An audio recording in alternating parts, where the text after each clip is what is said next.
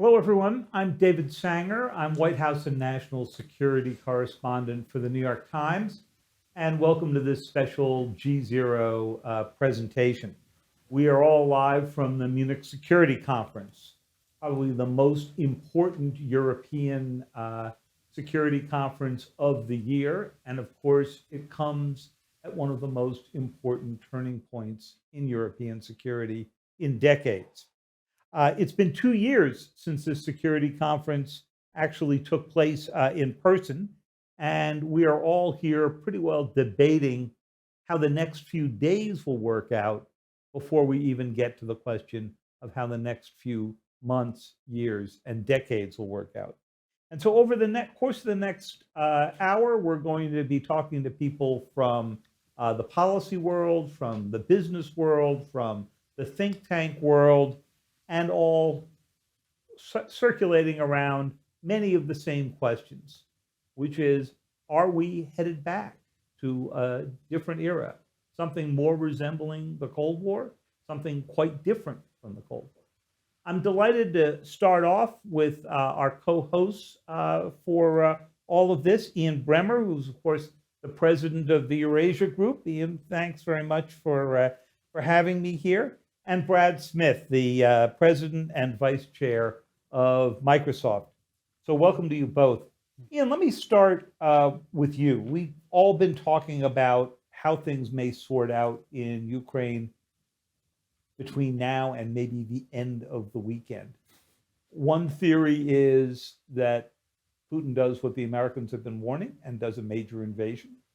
One theory is that he cuts the country off in bites.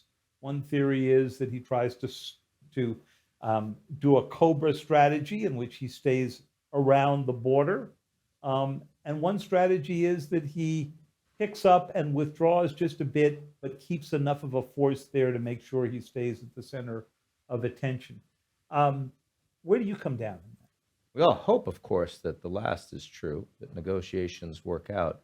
But certainly there's been no indication over the past 72 hours, any of the pieces of news that have come out of Russia, that have come out of the occupied piece of Ukraine, all point towards escalation. And I think that's what we're hearing from the Americans and from the NATO allies in Europe. The fact is that this is a uniquely coherent and cohesive Munich Security Conference because every NATO ally is completely convinced of the importance of the mission of the Munich Security Conference, important of the shared values, which is absolutely not true 2 years ago when we met and everyone was talking about Westlessness, a rudderlessness, a world that didn't know what the West was all about. Did we belong post-Brexit, America first in the United States? No one's talking about any of that. You haven't heard any Brexit this time around. Donald Trump hasn't been mentioned this time around, right? But I do think that Putin is not going to make it easy for NATO to continue to stay aligned. He wants to give the West more opportunities to screw up.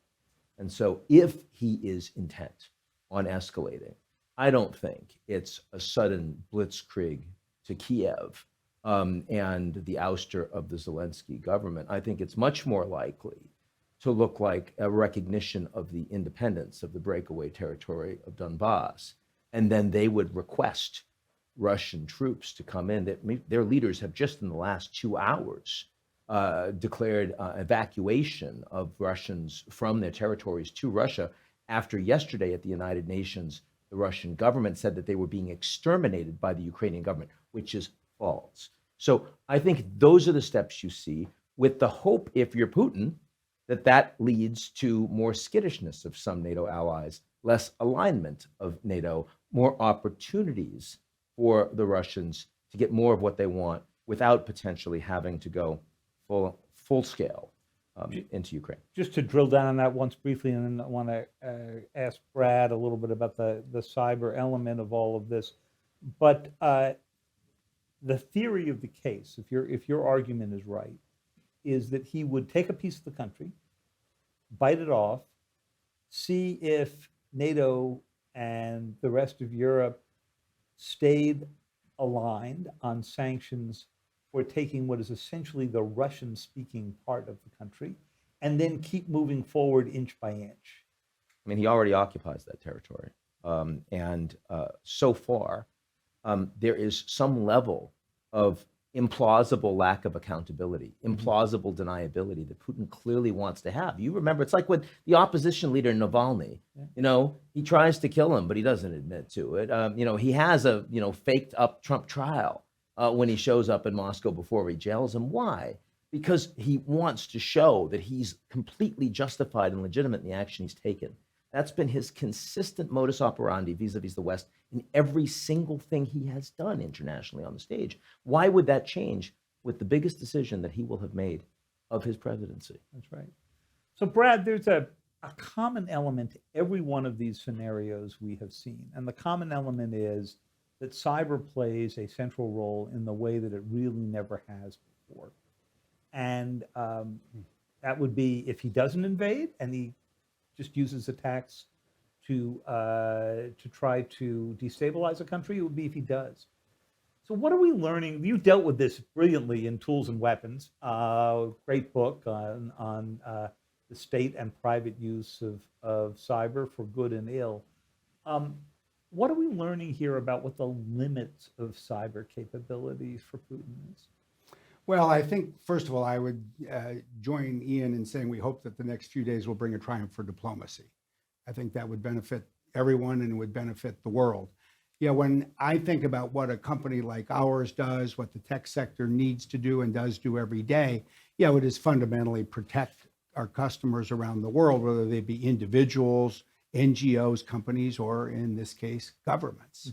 And we need to protect them. We seek to protect them from attacks from others. I think the first thing that is sort of self-evident when we step back and consider it is even if aspects of the 20th century come back into bold relief, there's a lot of 21st century overlay over 20th century reality. And a lot of it has to do with technology and cyber. Every government around the world runs almost first and foremost on digital infrastructure. A lot of that digital infrastructure, virtually all of it, if you will, is either created, designed, distributed by technology companies. Much of it is operated by technology companies. When you look not only at the cloud, but the cybersecurity protection that we provide. And so, what we've seen over the last month is some obvious reports. We've been among them in terms of reporting. Where there have been, initial stages of attacks on the critical infrastructure and the digital infrastructure of the Ukrainian government. We're also seeing a rise in disinformation relating to Ukraine. And that's when we need to step forward and have sought to do so, to protect to the extent we can, in part by informing a government when we see them under attack. Well, thanks, Brad. We're going to come back to that. It's going to be a theme throughout our hour here. I want to bring into this Mircea Geoană, NATO's Deputy Secretary General. He's the first person to serve in this role from Romania and the first from a nation that joined NATO after the Cold War was over. Welcome, Mr. Geoană. Great to have you here. Let me start you with the same question that we were discussing with Brad Smith, which is we expect that this set of actions, whether it is a kinetic one or a non-kinetic one, is going to have a huge cyber aspect to it, especially perhaps if it is non-kinetic, because it would be the main way that Putin might seek to destabilize Ukraine. So tell us how NATO is prepared for that and what you still need to get done. First, I would like to echo what the other colleagues and friends have been saying. We encourage the diplomatic way forward. As we are working for the best, we are preparing for the worst. So in our analysis, in all scenarios that the Russian leadership would use against Ukraine, cyber is across the board. It's part of a, let's say, non-kinetic operation. It's part of a destabilization operation. It's part of a huge disinformation campaign, trying to take out command and control centers of the Ukrainian military. So from the most severe scenario to the relatively milder scenario, cyber is a transversal part, and this is part of modern warfare. And this is why NATO has adopted cyber as an operational domain in everything we do since 2016. So anticipate cyber to play a massive role in and around Ukraine. So let me And also Russia is also using and abusing cyber also against NATO allies as we speak. It's not only about Ukraine, it's about all of us. Sure. So one of the things I've noticed in dealing with NATO is your first cyber activities were largely defensive. You built a really impressive center north of Brussels to defend your own networks and so forth. But one of the things that we've seen in the United States and Britain, elsewhere, is a very major buildup of offensive capability. What does NATO have along those lines now? Can you begin to act or draw on the resources of GCHQ, the National Security Agency, US Cyber Command, the way you could draw on nuclear forces if you needed to? NATO is a defensive alliance. And when we decided that cyber is an operational domain, we also took the decision, all allied nations, that a massive cyber attack could trigger Article 5. So speaking of that, I run the cyber adaptation effort on behalf of Secretary General inside NATO. So what we are doing right now, we have a very robust cyber defense policy in NATO, which is improving every day and getting stronger every day with the help of the private sector. That's, if you want, the indispensable partnership that we have with the private sector. But also individually, allied nations, I can name a few, many of those, are lending to NATO their offensive capabilities still under national control in case of operations and missions that NATO might take.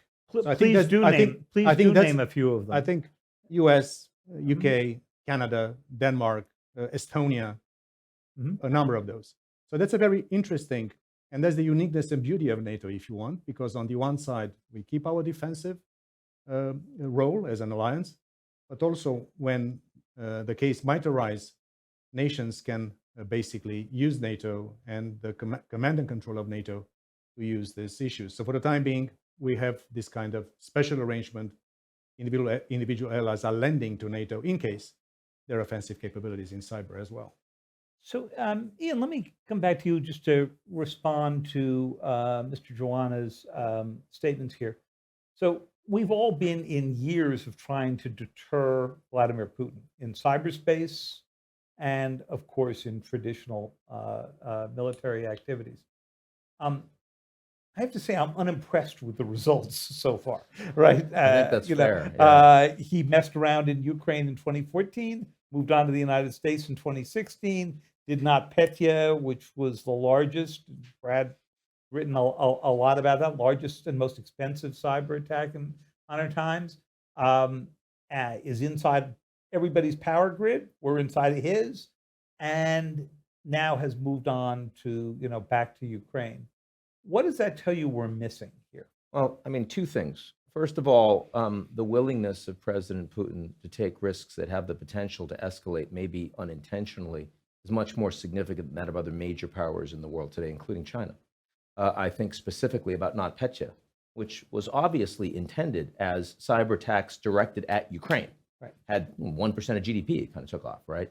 But it also caused billions of damage to Western firms operating around the world, like Maersk, for example, almost bankrupted one of the world's most important shipping companies. Federal Express. Federal Express, for example, Mondelez was that wasn't Mondelez. It wasn't intended, but they did it, right? And so, I mean, clearly, when I see, for example, the attacks that were the strikes that were just made yesterday against a Ukrainian kindergarten in the strip neutral zone between the contact zones. Near the occupied territory. I mean, what if kids had been killed? What's the escalatory ramp as a consequence? Very, very dangerous. So the first is that we have to recognize that Putin has shown a willingness to roll the dice in ways that matter. The second that I would say briefly is that you remember when Biden met with Putin in Geneva in June. That was Biden's agenda. It wasn't Putin's. Right now it's Putin's agenda. Biden wasn't talking about Ukraine. He was talking about attacks on critical infrastructure, cyber. And he said, if you don't stop those attacks, right after Colonial Pipeline attack, that we are going to respond seriously. And frankly, within months, the United States government, intelligence agencies, and the rest saw a notable decline in Russian attacks against cyber. So, I mean, the ability of the Russians and the willingness of Putin to respond when Biden says, this matters, it's a priority to me, it's less of a priority to you, do something about it, has success. In between those two things, we now have the Ukraine situation. Mr. John, I know your time is limited, so I'm just going to ask you one last question along these lines, which is, if we, in the next 2 days, weeks, or months, see just cyber activity, but not troops going over the border, do you think that there will be a unified European and NATO response? Let me tell you, first of all, that I'm an old hand in politics and international affairs. In my capacity at NATO and in my national capacities in Romania, I served in Washington, so I've never seen a more intense, diversified, and intense consultation from our US allies with the rest of the alliance like we see today. The first thing that, speaking of Geneva, the first thing that Wendy Sherman did after meeting the Russian counterpart in the Strategic Stability Dialogue, first thing, come to NATO, brief allies. President Biden, today, Vice President Harris, Tony Blinken, Lloyd Austin, Ann Neuberger from the MSC, Jake Sullivan. And the fact that there was so much investment in making sure that all of us understand the depth of the strategic danger that Russia poses has helped, I would say, an unprecedented level of unity inside the alliance. I have to be honest, sometimes 30 nations in an alliance, 30 democracies, not everything is perfect every single time. But now I would really say that it's an impeccable unity. The fact that the US is also talking to our European Union partners, because sanctions are part of the arsenal that also EU has also been impeccable. I cannot prejudge what we will do, if there will be one scenario or the other, but I want to say one thing very seriously. Also, attempts to destabilize a democratic regime in Kiev is something that we'll consider as an aggression. Things that are basically trying to foment change of democratic regimes is also something very severe. Let's see what happens in the next few days and few weeks. We are preparing for the worst while giving diplomacy a chance. That's what we do. That's what Secretary General Stoltenberg is doing. All allies are doing. Also individually, we applaud the diplomatic effort done by allies. We hope that, let's say, reason and prudence would prevail. If not, for NATO allies and NATO territory, we are rock solid. And that's probably one of the good sides of this very unfortunate turn of events. Great. Well, thank you, Mr. Geoană, for spending the time with us. We really appreciate it. We hope we'll have some time to talk to you again in the near future, and for helping share your views with us. Brad, I wanted to come back to you on something you were saying before about the role of companies in playing the sense. So I'll let up a trade secret here. When I've got a big intelligence question that comes up, particularly in the cyber realm, networks and so forth, I guess I could call the NSA and wait for a week for them to call me back, or I could go to your very talented group at the Digital Crimes unit you set up. Google's got a very impressive one, Digital Threats, and so forth. So we're in one of these odd worlds right now where the best intelligence we get in this arena we've been talking about actually comes from you guys. In fact, it was SolarWinds was first revealed by your company working, of course, with one of the major private security firms, Mandiant. How does that affect the dynamics here? Well, I would never say that we necessarily have the best source of intelligence, but we do have a very important set of data, and we work every day to make sure that we're identifying new threats and attacks, regardless of where they're from, regardless of which customer they're against. And we basically operate with a principle that part of the value proposition we offer to our customers is, frankly, a duty to protect them. And that duty typically begins by letting them know when we see they are under attack.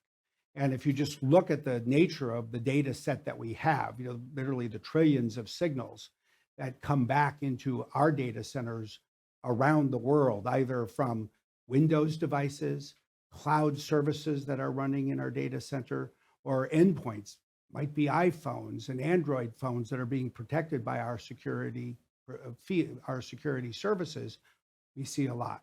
And how much of that, Brad, is shared in real time with governments, the US government, the British government, NATO? Our first premise and principle is really to share it with the customer that's being attacked. Sure. So, But if the attack is coming from a nation state, it's good that the customer knows that so they can lock down the hatches, but there's not a whole lot they can go do in response. It depends on the customer. It depends on whether they're running in the cloud. It depends on whether they've done a good job of basically deploying good cybersecurity hygiene. So, we have a team that, is all about responding to these incidents and going immediately, sometimes sending people to a specific country or government. And then there are times in an appropriate way, typically with the customer's consent, that we would let others know as well. And then there's more generalized threat intelligence that we may inform others of, not just governments, but the public. Right. One of the reasons that we publish material about what we're seeing is because when we see a new technique or tactic or practice being used, we recognize that it's a threat that can spread, as Ian was describing before with NotPetya. So we typically publish something and then the whole world knows about it. The security community can rally around addressing it, and all of our customers worldwide can take steps to protect against it. Terrific. Well, I'm glad now that we are also joined by Benedikt Frank. He's the CEO of the Munich Security Conference. This is the last of the MSC, the Munich Security Conferences, that are being overseen directly by our friend Wolfgang Ischinger and Mr. Frank. I am delighted to have you with us here. This would be a tough transition if it was a quiet time. But tell us, what's it like to be running this security conference with the looming thought that before it's over, we could see the resumption of war in Europe? Thanks for having me, David. Yeah, organizing the Munich Security Conference is difficult in the best of times. It's been really challenging this time round. It's been challenging because of COVID. Sure. It's been challenging because of maximum uncertainty regarding rules and regulations. They keep changing all the time in all the countries that we deal with, and here in Bavaria too. And it's been challenging because the backdrop is so traumatic. There are some people that say, oh, this must be so great for you.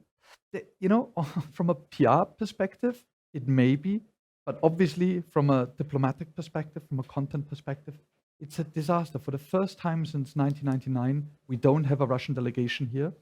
The Chinese participants are only joining virtually. And what we've built up over the last decade or so, namely a global platform to discuss topics that are difficult, but at eye level, that has been made very difficult by the combination of COVID and the situation in Eastern Europe. So obviously, yes, it has made the conference even more interesting to the world, but it has also made it more challenging to organize. I was here 2 years ago, and I remember it distinctly because it was the last conference I went to and the last overseas trip I did before the world went into lockdown. And now when we come back, it seems to me that you've got, as Wolfgang himself noted earlier today, a number of different threads running. Obviously, the threat to Ukraine, to sovereignty, and to democracy. You've got a threat that comes out of pandemic, something that we all had in the back of our minds, but we weren't spending much time talking about 2 years ago. We have climate change, something we were talking about 2 years ago, but on which I would say progress has been sort of minimal in the past 2 years. So when you put these together, how do you put together the hierarchy of threats to stability out of those? When we came up with the term of Westlessness 2 years ago, people liked the term, and they said it got a discussion starting, and they were really keen for us to come up with something more positive this time round. So we thought long and hard, and the crises are piling up, and it's not just the experts that can count them down. It's the broader public now. In the broader public, we are seeing a feeling of helplessness, and so we figured while we would have loved to be more positive than last time round, we should really call a spade and talk about this feeling of helplessness, this feeling of helplessness in the face of so many different crises that seem each and every one of them too complex to handle, and the combination of them just overwhelming. And so when we tried to rank them, we thought long and hard whether we rank them, thematically, we rank them by region, we rank them by intensity, and it's virtually impossible. And that really shows how difficult it must be for the broader public to understand what's going on, because this sort of situation of constant alarm, going from the migration crisis to the next crisis, the climate crisis, the hunger crisis, the polypandemic, as we call it, we are seeing the risk awareness of populations in the countries that deal with us or that we deal with rising constantly, and hence trying to tell them what risk is more important than the other has been a futile exercise for us, at least. So what we've now done is we treat them all the same. And this is why when you look through our program, we have a global day, we have a regional day, we have a European day, but we don't rank them.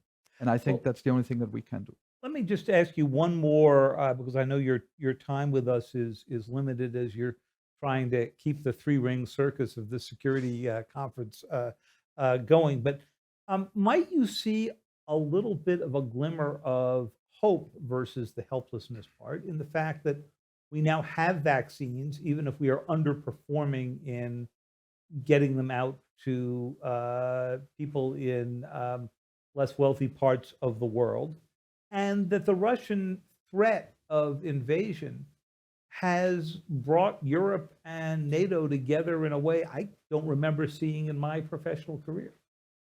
Yes, so I think there are many low or lower hanging fruits out there that we can and must grab. I mean, the second point of our helplessness argument is it's man-made, and we can overcome it. Many of these problems, most of these problems are man-made, and solutions must be man-made too.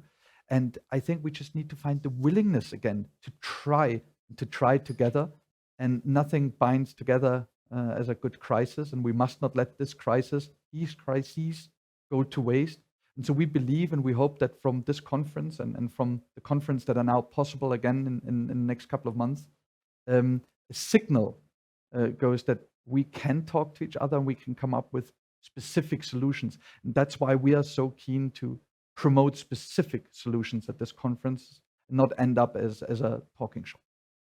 Well, thank you, Mr. Frank. I know I speak for everybody here to say, first of all, thanks for having us here.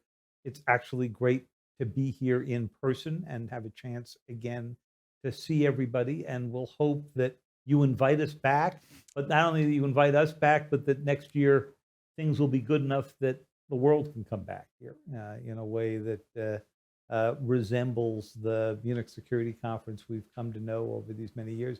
And good luck in your new role. Many, many thanks, and see you next time. Thank you. Ian, interesting in this discussion of the hierarchy of crises here.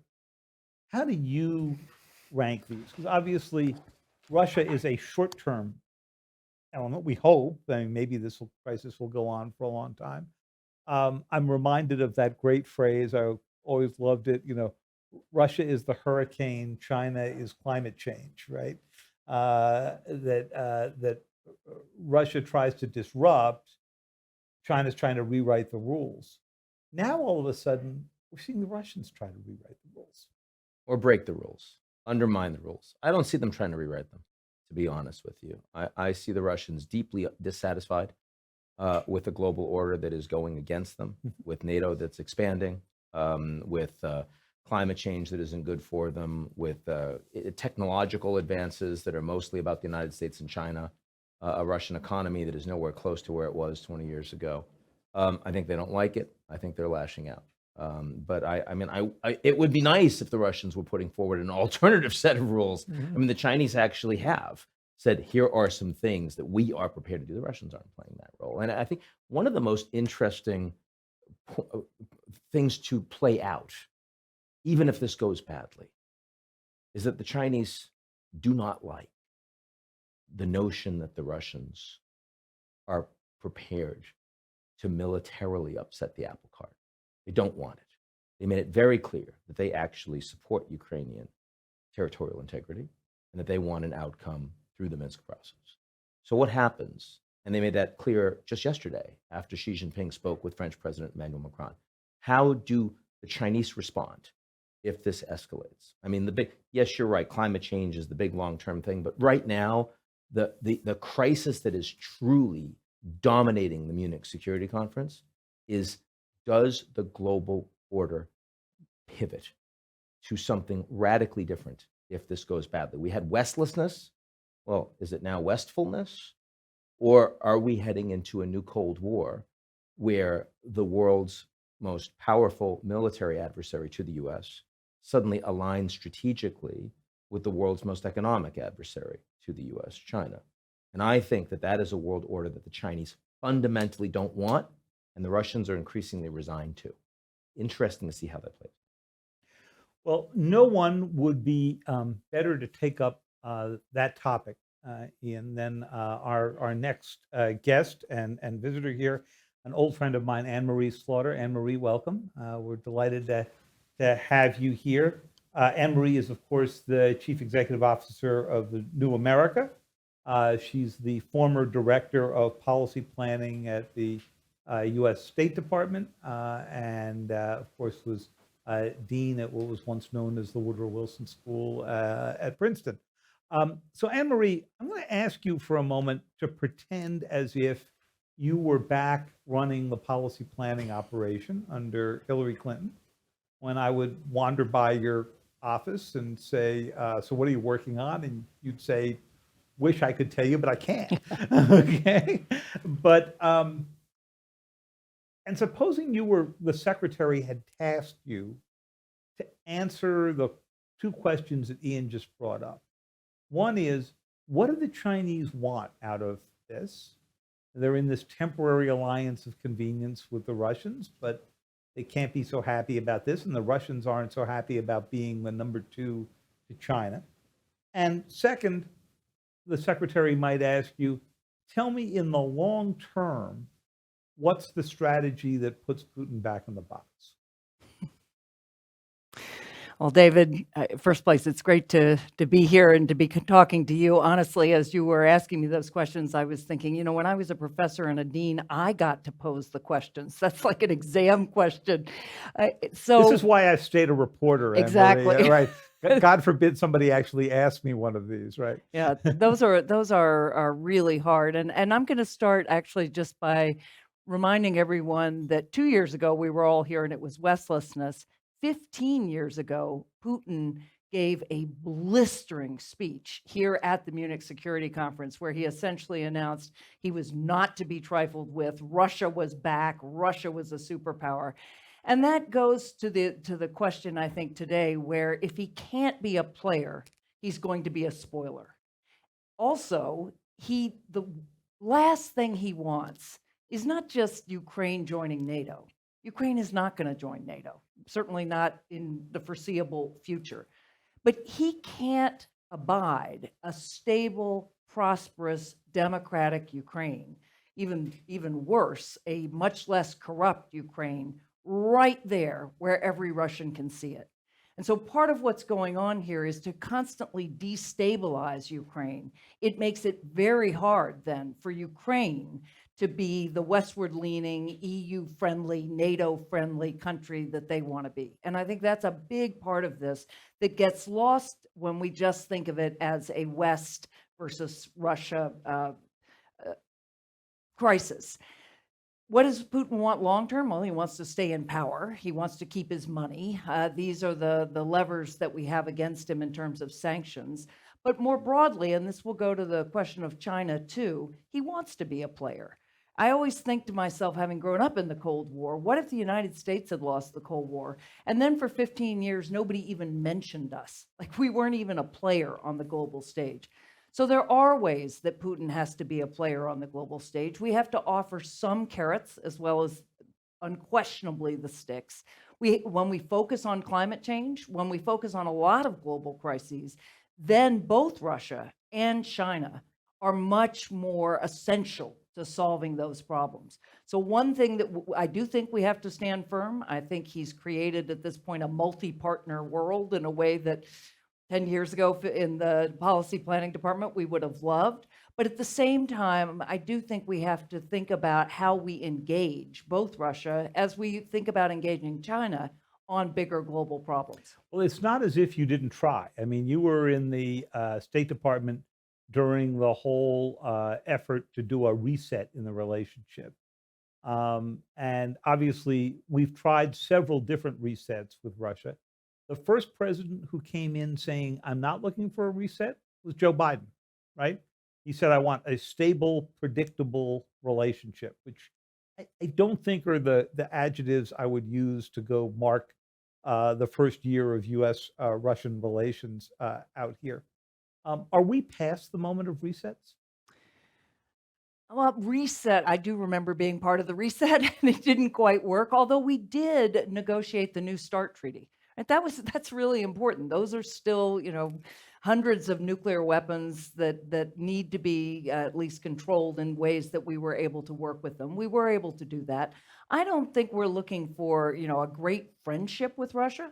I think recognizing that, of course, Russia does have important security interests in Russia itself, in its neighborhood, but at the same time saying you may not change things by force or by the kind of new force of cyber and constant destabilization. So having very bright lines, but also letting Putin be on the global stage, at least periodically when we're talking about issues where we really do need Russia, both economic issues, energy issues, climate issues, and indeed even cyber norms, where we have to take Russia seriously, even as we're insisting no further, because he's clearly testing us. Brad, I want to ask you to sort of comment on Anne-Marie's thought here. So there was a time soon after the Soviet Union fell when we were talking about reintegrating Russia into Europe, into the West, and so forth. It was a big effort to go out to the business community. I remember this quite well, to say, this is the moment to go invest. Yeltsin was around. He was open to everything. He'd come to the United States. He'd meet with business executives. Except in the petroleum arena, it didn't really happen. Why not? Well, I think you saw, as we've discussed here, certain geopolitical forces reemerge, and Anne-Marie captured that well.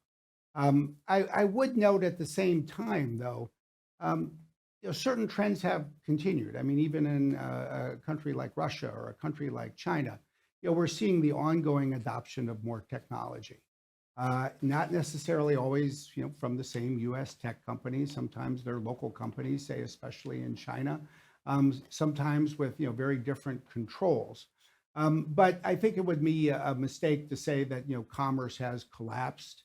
You certainly see ongoing interaction, including in a country like Russia, including in a country like China. You see basic research bring people together, whether you're talking about fundamental issues around the future of energy and energy production, or artificial intelligence and the like.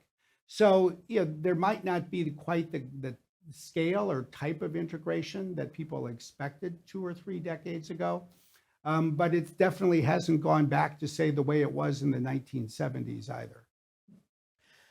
Anne-Marie, I know that your time is limited, but I didn't want to let you go without talking a little bit about disinformation at home and abroad, because you've written so thoughtfully on these issues in articles, books, and so forth. So we have 2 big disinformation problems going on simultaneously now. We have the Russian disinformation that the United States has been trying to call out. along the way, and even U.S. intelligence being declassified in a way that must seem pretty shocking to you compared to your last time in government. And then we have a disinformation problem here at home. We've got 40% of Americans who still say they don't believe Joe Biden fairly won the 2020 election. We have more distrust of the American system than we've ever had before. Those were not characteristics of the American democracy when we last had to deal with a threatening Russia and before that Soviet Union. Tell us a little bit about that dynamic. Well, David, I do think longer term, that is the single biggest threat that Russia poses. And the two are definitely connected. I mean, the information domain is a domain of conflict. It is a battlefield. And Putin is a former KGB agent who knows all of the traditional tricks of how you use information to divide and conquer, how you smear people, how you tell lies that are so big that people start to think, well, there must be something there, how you tell the truth about 60% of the time and then smear the other percentage of the time. That's what we're seeing with Ukraine. And I have to say, I think the Biden administration's counter information strategy has been brilliant, right? They're constantly releasing things, controlling the tempo of who's releasing information and forcing Putin more on the defensive. But of course, it's also Putin's troll farms that have been deeply implicated in first of all, making sure that lots of Americans don't know what to believe, helping the entire Trump campaign. What happens when you see 40% of Americans not believing in the election, or for that matter, the vaccine? That is exactly what Russia wants. In any democracy, if you don't have anything that you can believe as true, it destabilizes your country. So longer term, and this really may be longer term in terms of digital literacy, in terms of really training Americans and others to understand that information can be manipulated this way, that's as important, frankly, as any other military strategy we can adopt. Well, thank you, Anne-Marie. You and I could go on this topic for hours, and we have in the past. So we hope that we'll have a chance to pick this up with you soon. But thanks so much for joining us today. My pleasure. Great. So, Ian, thinking about what Anne-Marie just said here, and about how the Biden administration has handled all of this, the U.S. has never been that good at information warfare. Not our strong suit. But this has been a strange couple of weeks and quite different. Well, I do think it's easier to combat information warfare when the entire world is laser focused on an issue. And let's face it, there isn't a partisan divide in the United States on the Russia crisis. That's unusual. I mean, if we think back on the crises that the United States has experienced over the past years, whether it's Afghanistan or Iraq or the Iran issue, nuclear deal, dealing with the Chinese, North Korea, and of course, especially January 6th in the US elections, there's been a lot of disagreement, a lot of places where disinformation types can play. On this, the fact is Republicans and Democrats in the United States, as well as pretty much all the NATO allies, agree on a fundamental number of things. Number one, Ukraine should be provided with defensive arms to be able to deal with a Russian intervention. Number two, Ukraine is not joining NATO anytime soon, and nobody wants to offer that to them. Number three, everyone prefers a diplomatic outcome, as you've heard from our Deputy Secretary General from NATO. Number four is that if you can't get a negotiated outcome, you want to ensure that you are pushing as hard as possible for effective deterrence so that the Russians don't think that invasion is costless to them. And finally, they want strong multilateral alignment with the allies.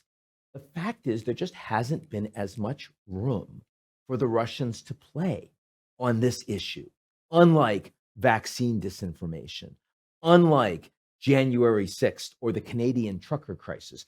This is a very different place. And yeah, the fact that Biden decided that he was going to work the phones harder than on anything else he's done so far this year, and that they've worked to communicate, to over-communicate, as opposed to following Afghanistan, where it looked like the Americans were caught flat-footed by the Taliban suddenly taking over, I think has also helped in that regard. Great. Well, we are very lucky to have as our next guest Kersti Kaljulaid. She served as president of Estonia from 2016 until just last year. She was also Estonia's first woman head of state. Welcome, Kersti. It's great to have you here. Hello, everybody. Happy to be here. Thank you. So we're all watching the Ukraine border, and you are too. But there's a concern which we heard from Secretary Tony Blinken in his speech at the United Nations. We've heard from President Biden, and that is that if the Russians do take part or all of Ukraine, they're unlikely to stop there. Tell us what you think the threat is, if any, to the Baltic states like Estonia that have joined NATO. Well, I don't think that in 21st century we can say that geography actually is so important in whether you are under threat. Yes, if you think of conventional threats, then obviously if we allow something bad to happen to Ukraine and our response is weak, then indeed Ukraine, which is right now not fighting only for Ukraine, but for all of us, has failed. It would be very unfair to let Ukrainians fight alone for us. So we need to make sure that Ukraine has enough capabilities and capacity to pose a serious threat also to Russia, which actually I think Ukrainian army does. And I think if anything is withholding things going radically wrong today, this is the risk of many bitter mothers also in Russia, because it will be horrible, not only for Ukraine, it will be horrible also for Russia. And I so hope that it still will not happen. But we have to stand up for Ukraine because they are fighting there also, indeed, I agree, for the freedom of us all, democratic world. Can we be bullied? Can we leave some of us, and say, okay, the rest are still safe? Today, Baltic states and Poland are safe. NATO has a 100% track record. Can we be satisfied with such an approach, throwing bits and pieces of our deterrence away, saying maybe we withdraw the troops? I don't think we can. If the world can preserve Ukraine's territorial integrity, tell us what's the right model for them. We're all in agreement they're not joining NATO anytime soon, as Ian just said. But is the right model Finland, a independent country that is not a member of NATO, but is just on the edge of that? Is it more like Austria? Is it something entirely different? What's the model we should think about that works for a Ukraine that isn't in NATO, but which we all agree needs to be defended? It's interesting how also you referred to preserving Ukrainian territorial integrity. We have first to achieve it. Crimea is occupied. Sure. And we must not forget it. It also hurts my ear when we speak about Minsk and Normandy, and nobody even speaks about Budapest anymore. Let's not forget that already a lot of ground has been lost, which we need to, with strategic patience, with smart diplomacy, but also being strong together, we need to crawl back. So let's agree on that. Second, I do think indeed that Ukraine needs to be given an opportunity to participate with the NATO allies in a union which recognizes that the red line they are standing at right now is not about Ukraine. It's about free and democratic world. It's about European security. It is something bigger. If we are only too focused on Ukraine and whether it will be a slice or a bigger slice, I think we are missing the big picture, the important picture. So Estonia, of course, was the site of a quite massive cyber attack out of Russia in 2007. It hit the government, it hit the private sector, and more importantly, it gave Estonia a cyber religion that I think is more deeply felt than in most nations. You're, of course, the home of the NATO Cyber Center for Excellence. You've thought a lot and done a lot in the world of cybersecurity. But here we are, 15 years later, and suddenly we are all thinking about what are the cyber vulnerabilities that Russia could exploit in Ukraine, in Western Europe, in the United States. What's your assessment? How much progress has the world made in those 15 years? And what do you wish we had done that would put us in a better position today if this does go bad with Russia? If we talk about cyber conventional risks of the type which Estonia suffered, so you have a physical attack on your digital infrastructure. I mean, physical in this sense that some functions are taken offline and it cannot function, a DDoS activity. This is relatively simple, actually. We could have developed our international legal base quicker. UN Security Council has taken notice during the last 2 years of the need to debate also and discuss also cyber conflicts as part of a bigger, conflict. But we also need an international settlement place or a body somewhere where you can go and complain and seek assurance that if you are now going also, to defend yourself or even, overstepping that line and getting offensive, that you are actually on a safe international rule of law base. This we could have done better. But I don't think conventional cyber risks are the major issue here. We have been so happy that democracy has been gaining ground, that people want to live in free democratic countries. Ukrainian people want, Georgian people want, Moldovan people want, people globally in majority want that. But while we have been marching with this front ahead, a partisan war has broken out precisely in the cyber domain, trying indeed to break our democracies. And this is trickier, this hybrid risk. This is the real risk. It's very easy to start a panic, let's say about Russia doing something on NATO territory in the cyberspace. Before we find out, many people believe this has actually happened. Try to imagine these scenarios. I think this is the big risk. And also all what we see, this kind of disruption to societies. Previously, there was also a lot of dissatisfaction in our societies, and this is also partially, our mistakes as leaders of the nations. But this dissatisfaction was scattered. Nowadays, with the social media, everybody who is skillful enough can actually, gather this scatter and then divert it towards resolving their cause, driving their cause. I think Brexit was a clear example of how this was achieved. Something similar can happen in many countries, in many democratic nations, and this is the partisan war against our society. So we should also be aware of that, not only these conventional cyber risks, which are relatively easy to understand, recognize, attribute, also to react.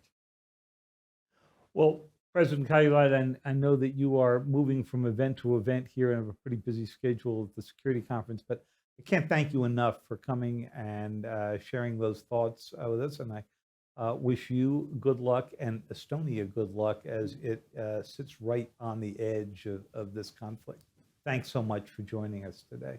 Thank you. And we still trust NATO with its 100% track record. We have seen how the deterrence levels have risen since 2014 in Baltics. And of course, we are safe. Thank you. Well, thank you. Brad, President Kaljulaid brought up the issue that the world has sort of been looking around for some rules that guide all of this. And you and I have talked for years about the development of cyber norms. The Paris Call, which you took a significant role in, has brought a lot of companies together with some ideas about what you do and do not do in cyberspace.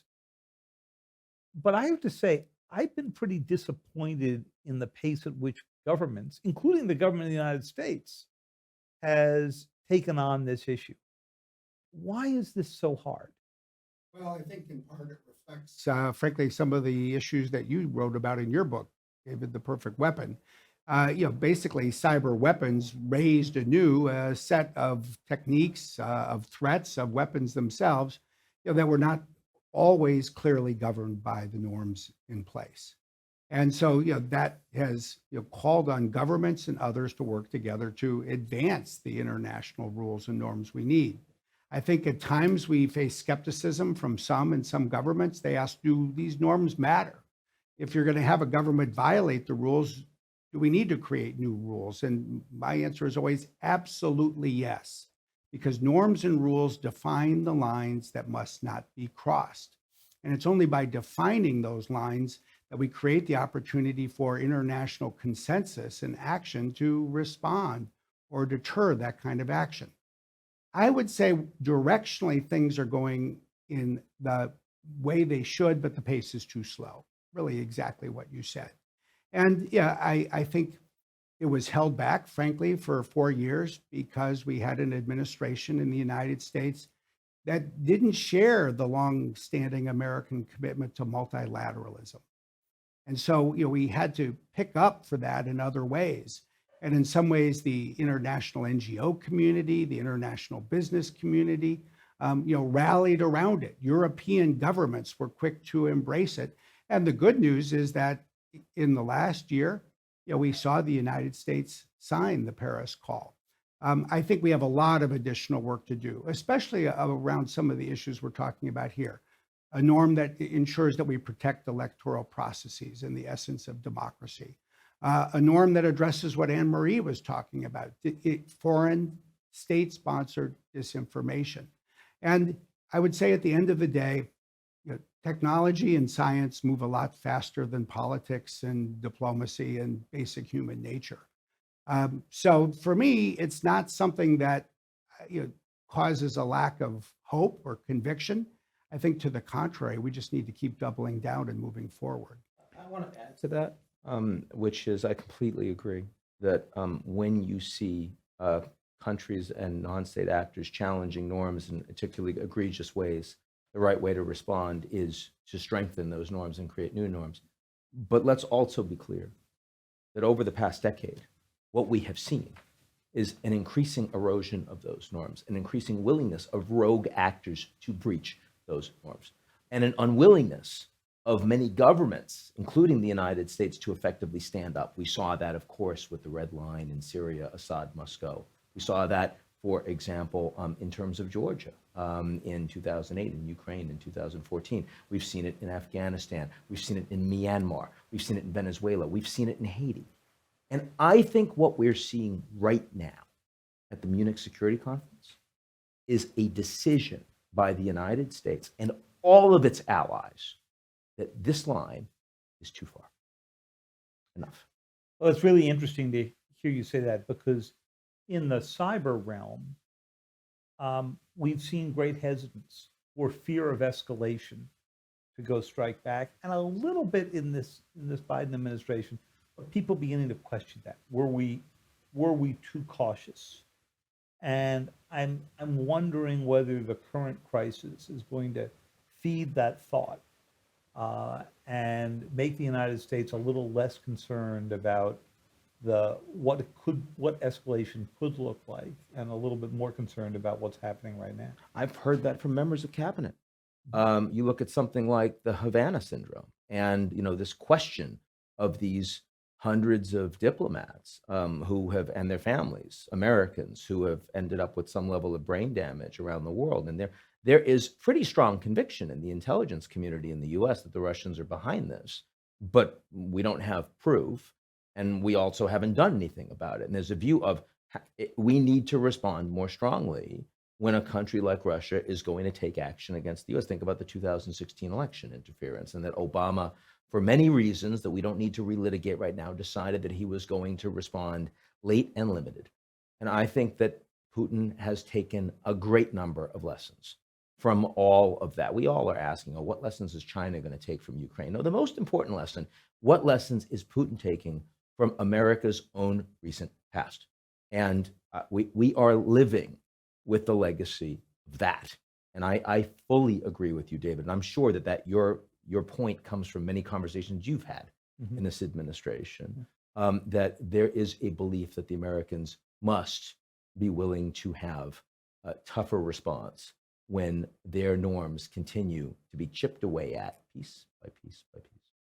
Well, Ian, Brad, I could go on with this discussion with you two for the whole evening. And there are probably people out there watching, wondering whether that's exactly what we're about to go do.